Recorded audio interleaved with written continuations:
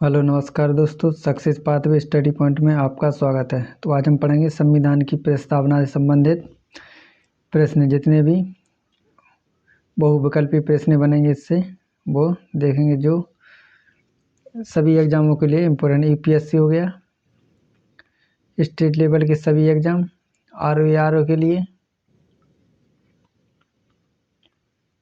और UP triple SC पेट के लिए, यूपी पुलिस, एसआई सभी के लिए, एसएससी के लिए, सभी के लिए इम्पोर्टेंट है। चलिए तो शुरू करते हैं।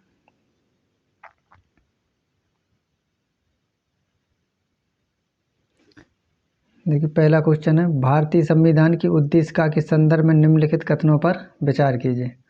ऑप्शन है ए, उद्देशिका को संविधान का भाग नहीं माना जाता है। दूसरा है, उद्देशिका विधायिका की शक्तियों को नियंत्रित करने का कार्य करती है।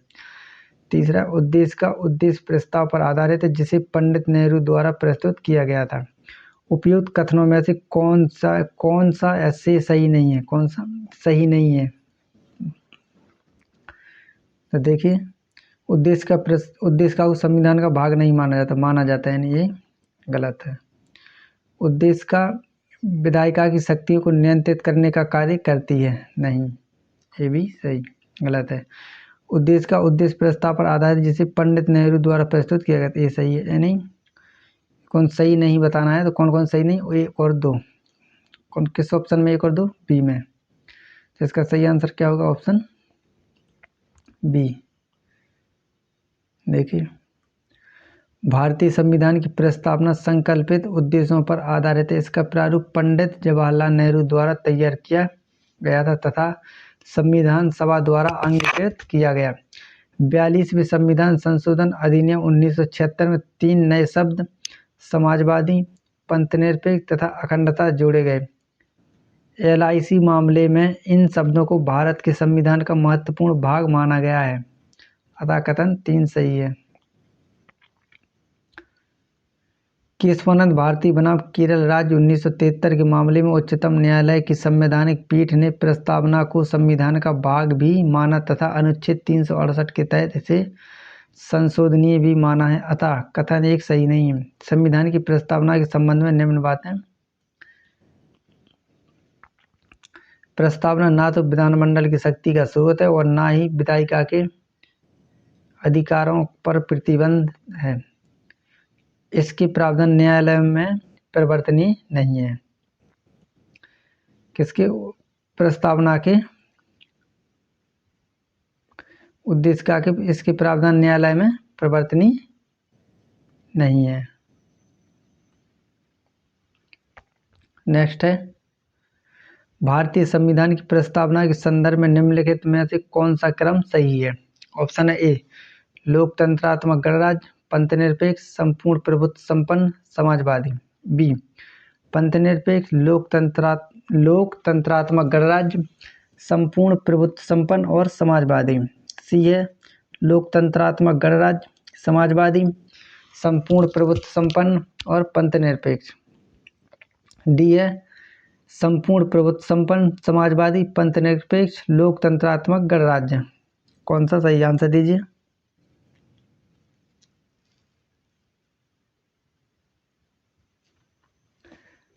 देखिए, इसका आंसर है ऑप्शन डी, संपूर्ण प्रभुत्व संपन्न, समाजवादी, पंथनिरपेक्ष और लोकतंत्रात्मक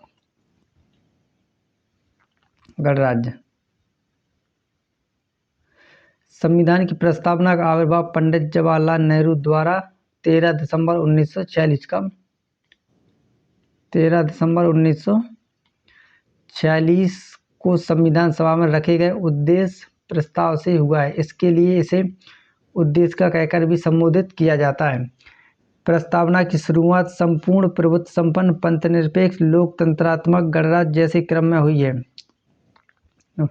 42वें संविधान संशोधन अधिनियम 1976 द्वारा प्रस्तावना में समाजवादी, पंथनिरपेक्ष, अखंडता शब्द शामिल किए गए हैं। नेक्स्ट क्वेश्चन, प्रस्तावना में संविधान का क्या निहित है? ऑप्शन ए, मूल दर्शन, बी, प्रत्यक्ष लोकतंत्र, सी, साम्यवादी स्वरूप, डी, नास्तिक राज्य। आंसर दीजिए। देखिए इसका आंसर ऑप्शन ए क्या है, मूल दर्शन संविधान में प्रस्तावना में निहित है मूल दर्शन। प्रस्तावना भारतीय संविधान की भूमिका की भांति है, जिसमें संविधान के आदर्शों, उद्देश्यों, सरकार के स्वरूप, संविधान के स्रोत से संबंधित प्रावधान आदि को संक्षेप में उल्लेख है। इस प्रकार प्रस्तावना में संविधान का मूल दर्शन निहित है। नेक्स्ट, संपूर्ण प्रभुत्व संपन्न शब्द का सही अर्थ निम्नलिखित में से क्या है? किसका? संपूर्ण प्रभुत्व संपन्न का। ऑप्शन ए केवल आंतरिक मामलों में स्वतंत्र निर्णय की शक्ति, बी केवल बाह्य मामलों में स्वतंत्र निर्णय की शक्ति, सी आंतरिक व बाह्य मामलों में स्वतंत्र निर्णय लेने की शक्ति, डी इनमें से कोई नहीं।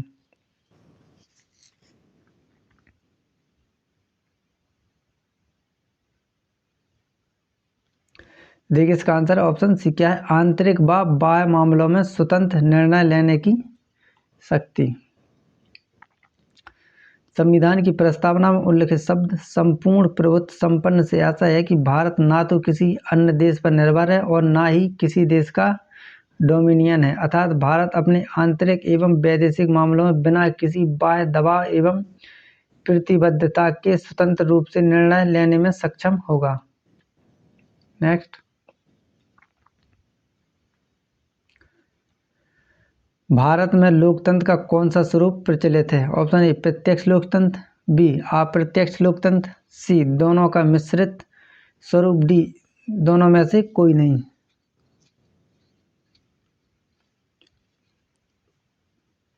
देखिए इसका आंसर है ऑप्शन बी क्या है, अप्रत्यक्ष लोकतंत्र।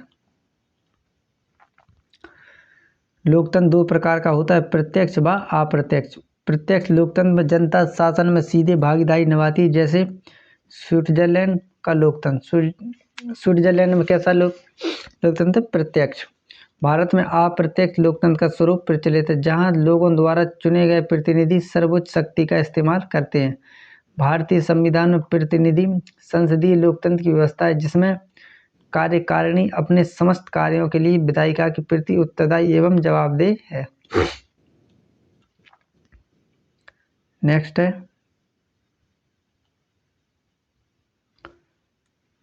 भारत के संविधान के संदर्भ में सामाजिक, आर्थिक, राजनीतिक न्याय का उल्लेख निम्नलिखित में से किन उपबंधों में हुआ है? ऑप्शन ए उद्देश्य का, बी मूल अधिकार, 3 है राज्य के नीति निर्देशक तत्व, 4 है मूल कर्तव्य। नीचे दिए गए कूट का प्रयोग कर सही उत्तर चुनिए। ऑप्शन ए है केवल 1 और 2 सही, बी है 2 केवल 1 और 3, सी है केवल 1, 2 और 3, डी 1, 2, 3 और 4। आंसर दीजिए।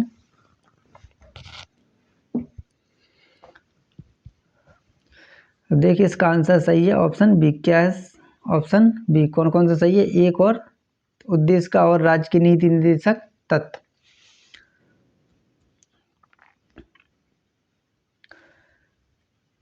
सामाजिक, आर्थिक, राजनीतिक न्याय का उल्लेख भारतीय संविधान के उद्देश्य का तथा राज्य के नीति निर्देशक तत्व यानी डीपीएसपी के अंतर्गत किया गया है। नीति निर्देशक तत्व के अंतर्गत अनुच्छेद 38 किलोज 1 के अनुसार राज्य लोक कल्याण की अभिवृद्धि के लिए सामाजिक व्यवस्था बनाएगा एवं सुरक्षित रखेगा ताकि सामाजिक, आर्थिक, राजनीतिक न्याय मिल सके।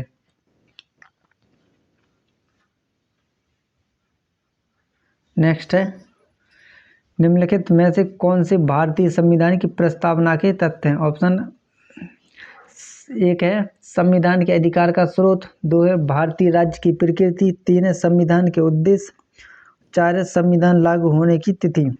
नीचे दिए गए कूट का प्रयोग कर सही उत्तर चुनिए। ऑप्शन है केवल 1 और 3, बी है केवल 2 और 4, सी है केवल 3 और 4, डी है 1, 2, 3 और 4।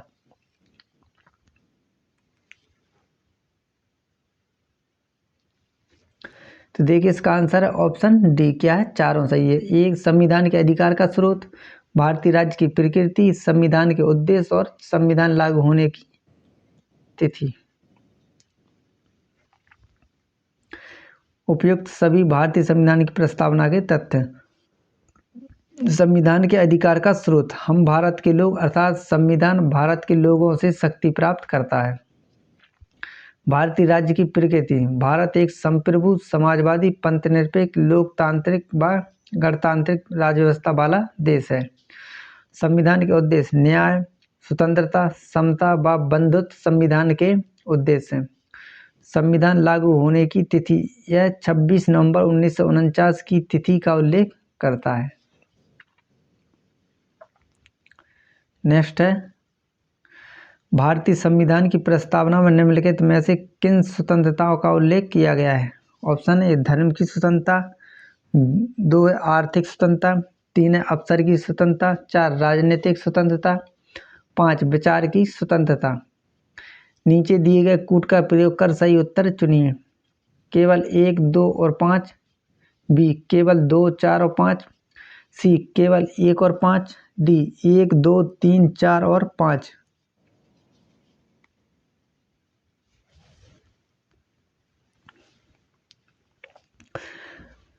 तो देखिए ऑप्शन से देख लीजिए, इसमें आर्थिक स्वतंत्रता नहीं है तो यानी दूसरा गलत है। दूसरा किस किस में है?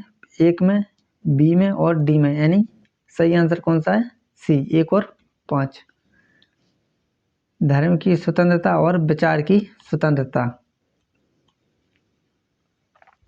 देखिए भारतीय संविधान की प्रस्तावना में केवल विचार, अभिव्यक्ति, विश्वास, धर्म और उपासना की स्वतंत्रता का उल्लेख किया गया है।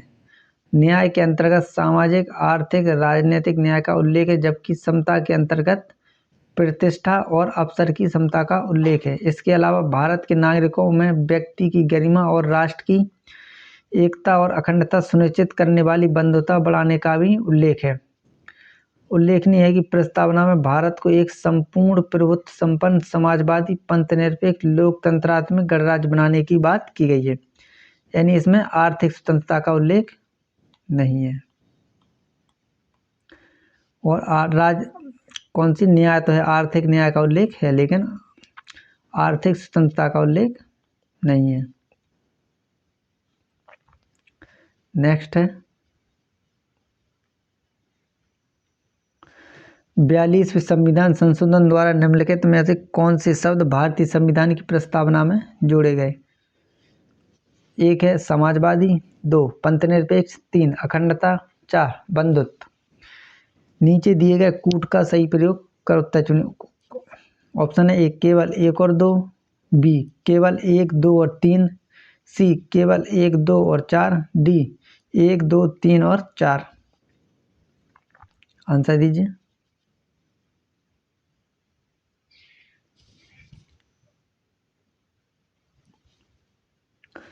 देखिए इसमें बंधुत्व नहीं जोड़ा गया, यानी चौथा गलत है। और 1 समाजवादी, पंथनिरपेक्ष और अखंडता जोड़े गए, यानी ऑप्शन बी सही है। भारतीय संविधान की प्रस्तावना को 42वें संविधान संशोधन अधिनियम 1976 द्वारा संशोधित किया गया, जिसके माध्यम से इसमें समाजवादी, पंथनिरपेक्ष तथा अखंडता शब्द सम्मिलित किए गए। नेक्स्ट है निम्नलिखित को संविधान की प्रस्तावना में अंतर्लिखित क्रमानुसार व्यवस्थित कीजिए। किसमें? संविधान की प्रस्तावना में। 1 है समता, 2 स्वतंत्रता, 3 बंधुत्व, 4 न्याय। नीचे दिए गए कूट का प्रयोग कर सही उत्तर चुनिए। ऑप्शन है 1 2 1 3 4, बी 4 2 1 3, सी 4 1 2 3, डी 2 3 4 1।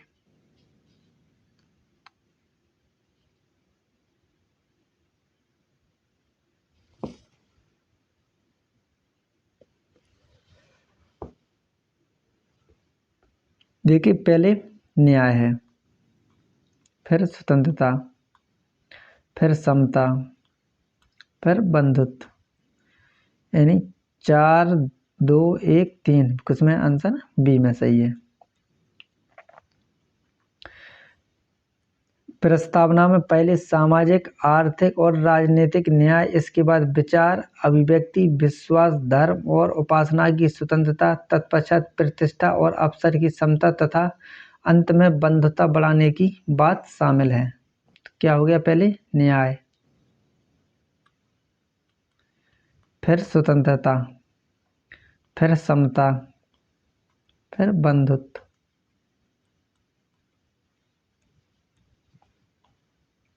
नेक्स्ट है, भारत के संविधान के उद्देशिका के संबंध में निम्नलिखित में से कौन सा कथन सही नहीं है? ऑप्शन ए, उद्देशिका संविधान का एक अंश है। बी, इसमें संविधान के उद्देश्य का उल्लेख है। सी, 1976 में उद्देशिका में समाजवादी शब्द जोड़ा गया था। डी, ये शब्द पंथनिरपेक्ष सदैव उद्देशिका का अंश था। कौन सा सही नहीं है? आंसर दीजिए।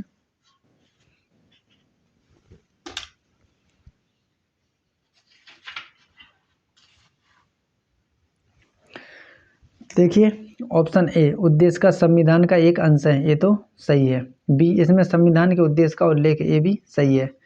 सी, 1976 में उद्देशिका में समाजवादी, पंथनिरपेक्ष और अखंडता शब्द जोड़े गए थे, ये भी सही है। डी, शब्द पंथनिरपेक्ष सदैव उद्देशिका का एक अंश था। नहीं, उद्देश्य पंथनिरपेक्ष कब जोड़ा गया था? 1976 में। कब जोड़ा गया पंथनिरपेक्ष? 1976 में। और तो इसका कौन सा सही नहीं है? Option D, option D. चलिए दोस्तों, इसका अगला पार्ट लाएंगे। इसके 20-25 क्वेश्चन के आसपास थे, तो 11 क्वेश्चन कर लिए हैं। अगले पार्ट में करेंगे। अगर मेरा जो हम दृष्टि का है, जो प्रीलिम्स प्रैक्टिस सीरीज है दृष्टि की, कौन सी? प्रीलिम्स प्रैक्टिस सीरीज के क्वेश्चन ले रहे हैं, जो इम्पोर्टेंट है संविधान के। इसके बाद भूगोल का भी लाएंगे, पर्यावरण की लाएंगे, सबकी सीरीज लाएंगे। अगर मेरा प्रयास आपको अच्छा लगा है तो चैनल को सब्सक्राइब करें, वीडियो को लाइक करें, कमेंट करें और शेयर करें। धन्यवाद दोस्तों।